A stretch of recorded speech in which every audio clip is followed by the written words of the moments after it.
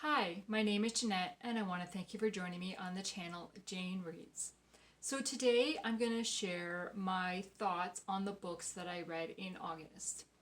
I did do a mid-month wrap-up that I posted I think around the 15th or 20th of the month. I will link that video below where I talked about the first 3 books that I read in August in hopes that my end of month video would be a little bit shorter because I was already talking about some of the books. I didn't have to talk about them all in this video. However, I read an additional 8 books. So I read a total of 11 books in August, which is kind of one of my biggest reading months so far this year.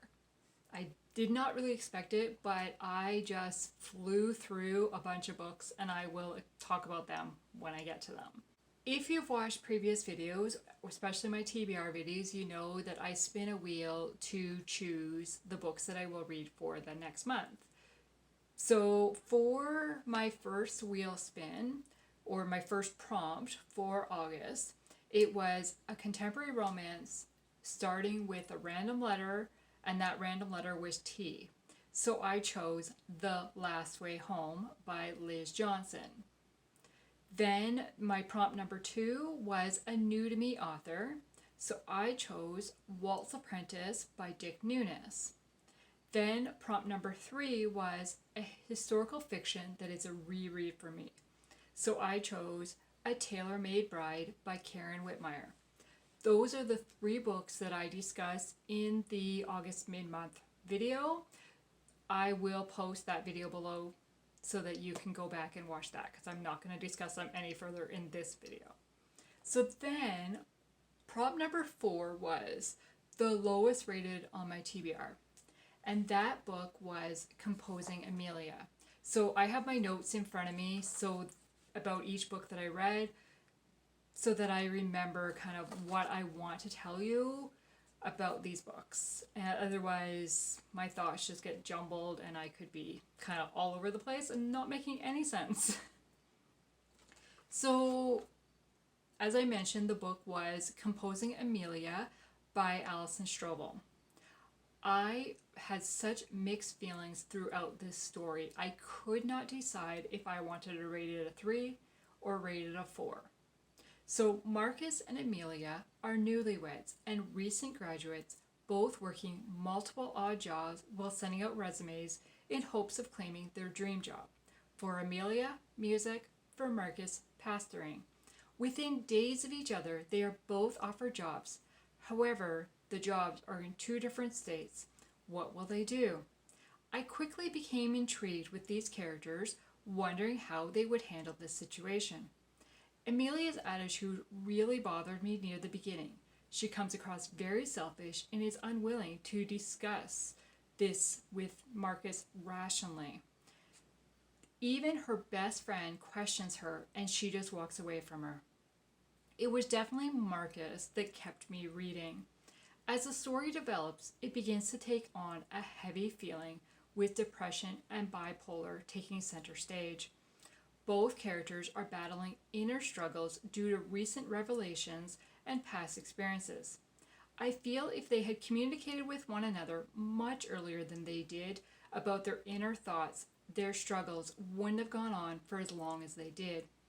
I hate to see relationships break up, so I was cheering for these 2 to be able to work through the challenges and come out better on the other side. I could not stand Marcus's father. He was 2 different people, one person his church would see, and a whole other person to his family, especially Marcus. Always finding the negative when Marcus tried to share good news. I was so thankful when Marcus turned to Ed for guidance and the support that Ed and the church provided. This was a wonderful example of how church members should treat one another.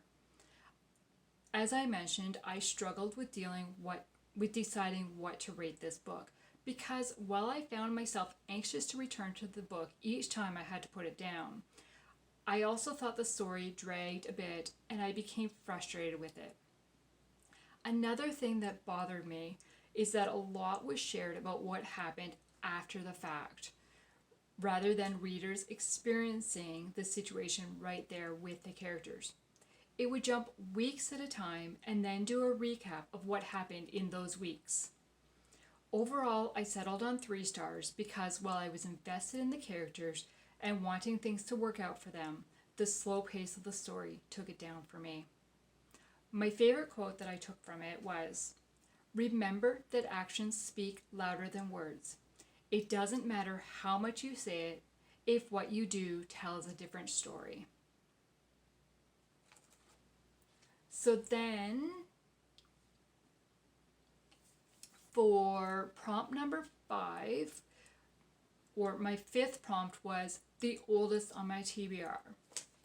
And I went with John Grisham's Ford County Stories. So this was a collection of 7 short stories. And I have to go to my notes to see why I did what I did. So basically, I decided to DNF this book, which was a very hard decision for me because I don't DNF very often, but I started it and put it down the same day. I just couldn't. I think I got 25 pages into the first story. As I said, this is a collection of short stories.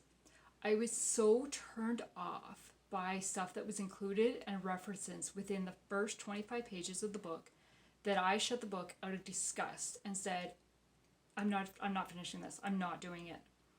Basically, they began by drinking while driving, then running from a cop, trespassing, then ending up at a strip club where the descriptions became way too much for me. And I'm like, nope, not doing it. No. And it's really kind of made me kind of think about my John Grisham books that I have. What am I doing? I know this one is being unhauled for sure. It is not going back on my shelves.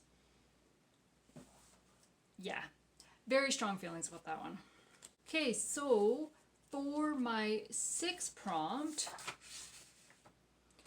it was my newest on my TBR.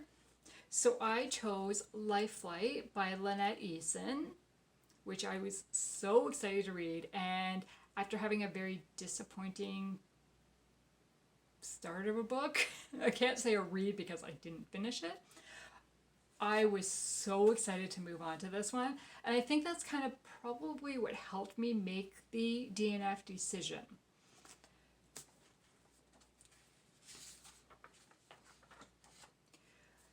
So, as not really a shocker for me, is I loved this book. And I mean, I had really high hopes going into it, and I was not disappointed.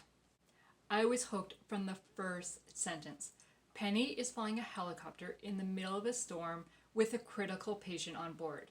But then the helicopter is damaged, and she must do an emergency landing on a mountain without any equipment to help her. Once they land, Penny trudges out in the storm to try to locate some help. Little does she know the FBI is also in the area, searching for a serial killer who has escaped prison. As the story develops further, it becomes apparent that the serial killer has set their sights on Penny. Due to Penny's actions on the mountain, reporters begin hounding her, and one journalist becomes overzealous in his actions. Penny now has a journalist and a serial killer following her. Could they be working together? FBI Special Agent Holt Satterfield gets called in to lead the manhunt for the serial killer. And when he hears that Penny is involved, his determination takes on a whole new level. He and Penny have known each other for a couple of years, and he has been wanting to ask her out, but there's always something holding him back. But now, with her life in danger, he realizes just what she means to him. Can he protect her and share his feelings with her?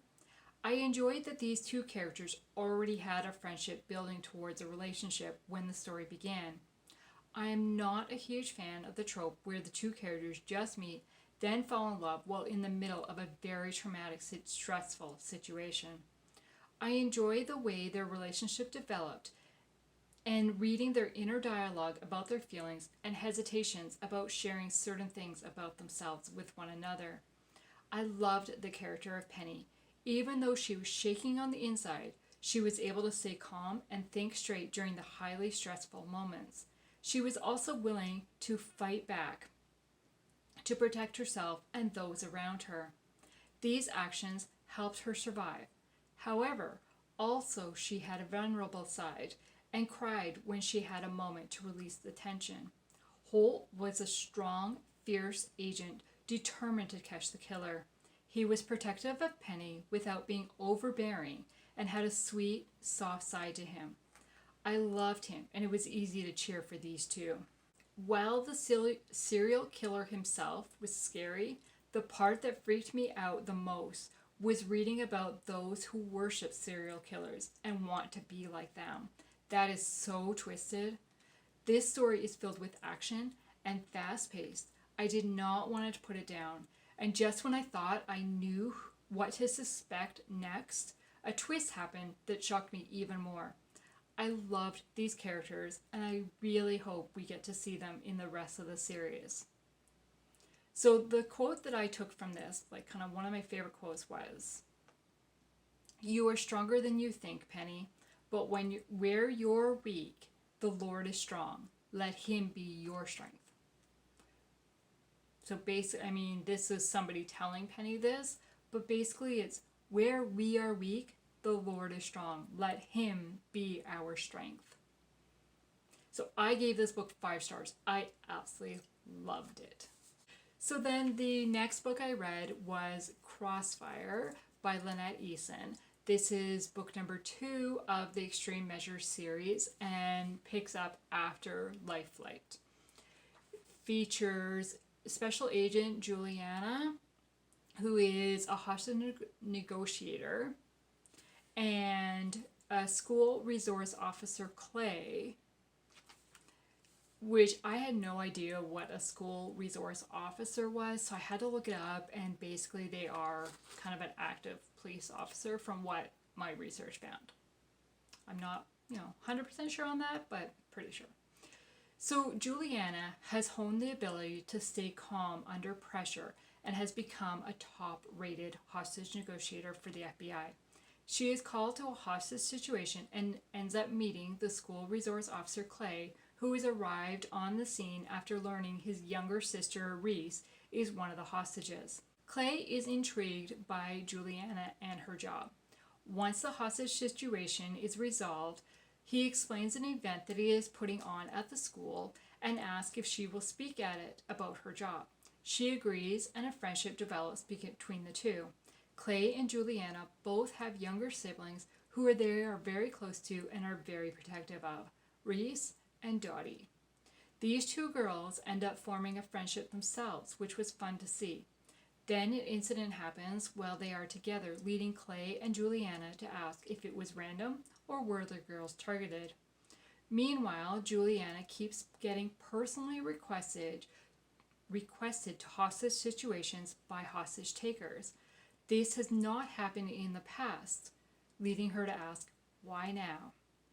We get snippets from the villain's point of view without revealing who they are.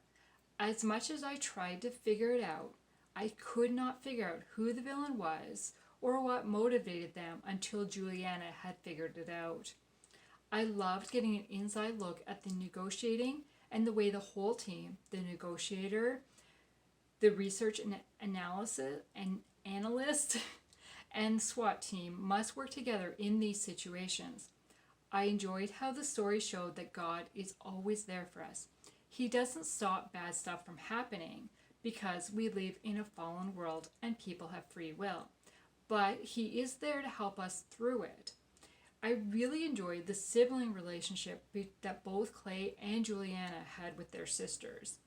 The only thing I struggled with is at times the POV would switch to a particular person, and I couldn't figure out how they fit into the story until the end.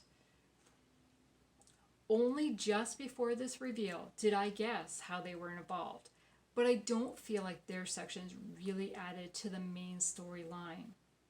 I could not put this book down though, and I read it in 2 days. I quickly came to care about the main characters and was engrossed to try to figure out how everything was happening and how it tied together. While I do enjoy romance in books, I liked that the budding romance did not overshadow the suspense. It was just there in the background and added some sweet moments. While I always recommend reading series books in order, this one could easily be read as a standalone. And the quote that I took from it was, "Living in a fallen world meant there would be bad times, but he is still good." So then I finished all my prompts, and it was, okay, what book do I want to read next? So I decided to look at my TBR bingo board and say, is there a book on there? I wanted to place a book outlet order, so I kind of wanted to earn some money, so I was looking for a book that would complete a line. So basically that is how I chose what my next book was. I mean, completing a line only gives me $5, so it wasn't really going to help me that much, but hey, it was $5, right? So I picked up Daring Chloe by Laura Jensen Walker. This is book number 1 of the Getaway Girls series. This is an older series. It came out in 2009, I want to say. 2008? 2008, this one came out in. And I found this book very easy to read. And it was but it was light and fluffy. It is about a book club, a group of girls that are in a book club. And at the very beginning of the book, Chloe gets dumped by her fiance on, they say the night of the wedding, but it was like the middle of the night. So basically on the day of the wedding almost, right? And so the girls kind of, okay, we need to get her out of the slump, cheer her up, whatever. And they decide they are going to go on adventures to go with each book that they're reading. So they choose a book a month to read for their book club, and then they choose an event to go with that book. With their last book of the year will be some sort of Paris. I don't know what the book was actually called now. Oh, French Women Don't Get Fat by Morel Gilano? I have no idea. So to go with that, they decided kind of their big event for the year will be to take a trip to Paris. So all the events are leading up to going to Paris. I found it really interesting to read kind of the books that they've been reading, or read about the books they've been reading, and the number of books that were mentioned. So I mean, there's basically 12 books mentioned, because they go through each month and it goes through the book club and what adventure they match with the book club until they end up in Paris. And I didn't know a lot of the books. And I mean, like, some of the books are, let me find that page again. Because at the very back, it tells you the books that were mentioned, that they read. However, I do know, if you've watched my bookshelf tour, I talked about having the book Dove on my shelves, and I couldn't remember how I'd heard about it. Kind of, how did it end up on my shelves? This book. As soon as I was started, I'm like, oh, this was the book that got. So, because the first 3 books on this list, so The Adventures of Huckleberry Finn, which if you've watched, well, I talked about it in the bookshelf tour too, about that book. Then the book number 2 was Coming Home by Rosamund Pilcher? I don't know. And I did read that book I read this one quite a few years ago, so it was quite a few years ago. And then book number 3 is Dove by Robin Graham, which is the book that's on my shelf. Oh, book number 4 is Emma by Jane Austen, which is also on my shelf. I do not have book number 5. I don't. Yeah, no. Oh, I do have 2 of the other ones though. So out of the 12 books, I've talked about the 3, 4. So the other one is Little Women, which I have read, and Murder on the Orient Express, which I have read and is also on my shelf. The other ones, Les Mis, Heidi, Marjorie Morningstar, A Walk in the Woods. I have not read those, but I mean they're kind of majority of them are classics, and I haven't read them. But I loved Chloe, and just getting into her perspective was fun, but it was a very light and easy read.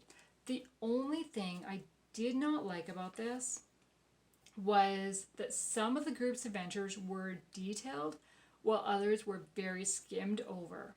Even the time in the Paris was that way. Their first few days there were very described what they did kind of as if we were seeing it ourselves. And then it changed. Oh, and then the last few days were just summarized. So it was like, okay, so they went and saw the Louvre and the Eiffel Tower, and we got to see kind of what they were seeing. Like it was very, as if we were almost there. And then the rest of the trip was, well, we went and saw this, and we went here, and we went here. And it was like, it didn't connect. And the other thing was the story kept changing from first person to third person. And it felt off. So I loved the character interaction and how they challenged each other at times. The group came across as a fun group, and I wouldn't mind being invited to join their book club. However, I only gave it 3 stars because just the way it was told just kind of threw me off. But because it's book 1 in a series, I then picked up book 2, which is Turning the Page. Did I say that I gave that 3 stars? Yes, I did. Is Turning the Page. So this one is, the main character is Paige, but all the other book club girls are still very active and very involved in this book. So I really appreciated that this book carried over the characters that I got to know in the first book, and then added some new ones. So in this one, we are following Paige, the 35-year-old divorcee, who is the primary caregiver for her mom. I enjoyed following along in the everyday life situations that these characters encounter, from the book club adventures, engagements, weddings, job changes, family obligations, and new friendships formed. Each time one of Annie's t-shirt slogans was shared, it made me smile. I did feel pulled in 2 different directions in how I should feel about the relationship between Paige and her mom. Paige puts her own needs and wants aside to devote to her mom, but was her selflessness too much? While I liked the scenes with Mark, Paige, and Annie, the flower lessons got a little bit too scientific for me at times. I loved that Paige and her sister were able to repair the relationship through the trip to Scotland. It was fun to visit Scotland with them and reminisce about some of the places I have seen when I visited Edinburgh a few years ago. I absolutely loved the way the book ended. It put me a huge smile on my face, but I only gave it 3 stars because, again, just the way it was told, it was very similar to book 1, where it talked about some of the group's adventures and then skipped a few weeks, and all of a sudden we're just getting a summary of it. But again, because it was in a series, so then I picked up book number 3, which is Becca by the Book. This one was my least favorite of the 3. I gave this one 2 stars. I did not like Becca. I just could not connect with her. So she is the only girl in the book club that is not a Christian. Due to events from her past, She's become very jaded about Christianity in general, but the girls in her group are an exception. This story revolves around Becca trying to decide what she wants to do with her life. During a discussion about her inability to commit to anything, the book club girls bet her she can't go on 25 dates with the next guy who asks her out. Trying to prove the girls wrong, Becca strives to prove that she can commit. However, the next guy who asks her out is Ben, who happens to be a Christian and has served in the missions. Because of this, Becca is exposed to church and the Bible more than ever before. I struggle to connect with Becca and the whole dating premise. Majority of the so-called dates her and Ben went on really didn't seem like dates. And why did Ben even agree to participate in this bet? I did not understand his motivation. It was interesting to see Becca experience different types of churches and discuss Christian terms and phrases she didn't recognize with the book club girls. I did enjoy that I could spend more time with the characters from books 1 and 2, and I was pleased to see how Chloe's life had changed in the last few years. However, I was disappointed with Paige's storyline. It just didn't feel like the Paige that I had come to know in book 2. And I did not like the way this book ended. Overall, I found the story boring with not a lot of character growth, and Becca's attitude just got on my nerves at times. I found myself caring more about Lucy, who was a side character who wasn't introduced until this book. She was a very minor character, but I cared much more about her than Becca. So while I didn't love the previous 2 books, I enjoyed them more than this one. But then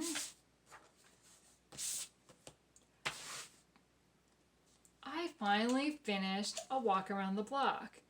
As I've mentioned, I was trying to read a chapter of this in between each book, fiction book that I finished. So this is a nonfiction, says science, natural history, and just talks about things in our community. And kind of, or in our community, like in the world, right? Let's go to the chapter. So there's only 26 chapters in this one, so I should have finished it ages ago. But I just, especially when I'm in the middle of a series, I just want to pick up the next book and not read anything in between.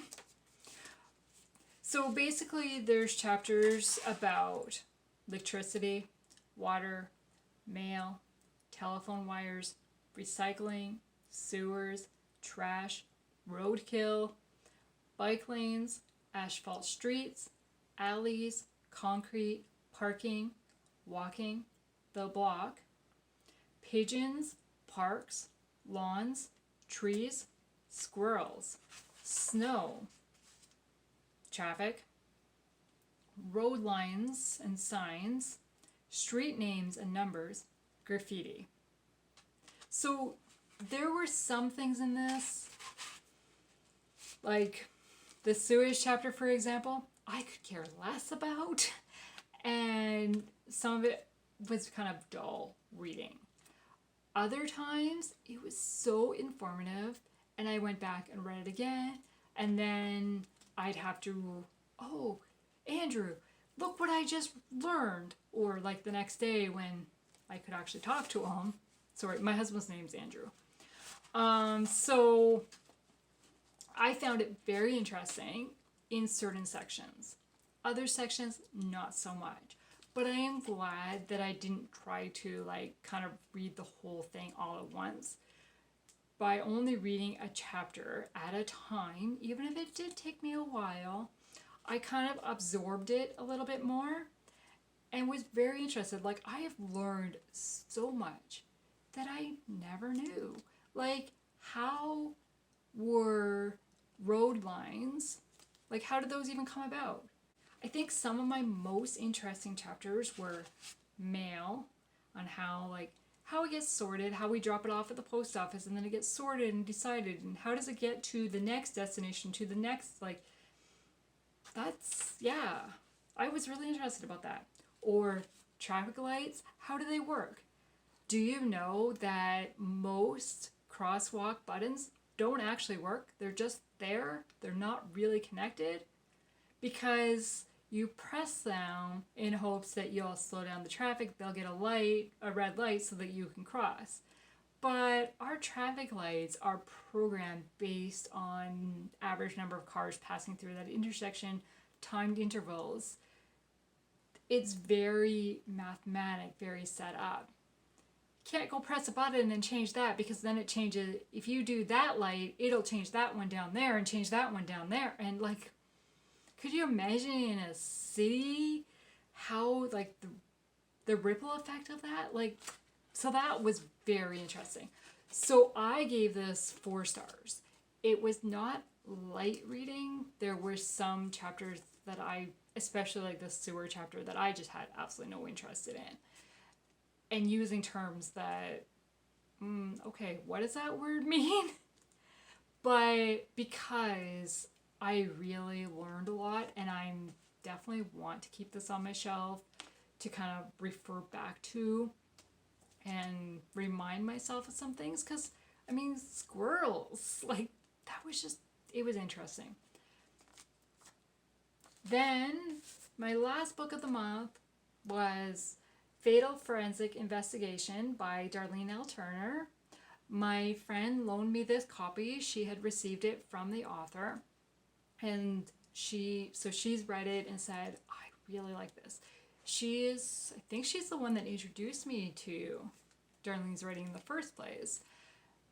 And I loved it. Loved it.